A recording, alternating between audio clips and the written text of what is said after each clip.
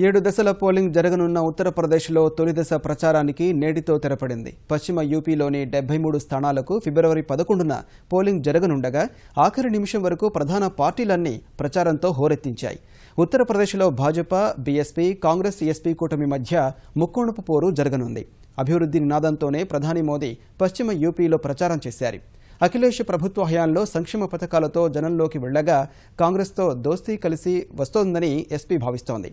15 జిల్లాల్లో ఉన్న 73 నియోజకవర్గాల్లో ముస్లిం ఓటర్ల ప్రభావం అధికంగా ఉండడంతో వారిని ఆకర్షించడమే లక్ష్యంగా బీఎస్పీ అధినేత్రి మాయావతి ప్రచారం సాగించారు.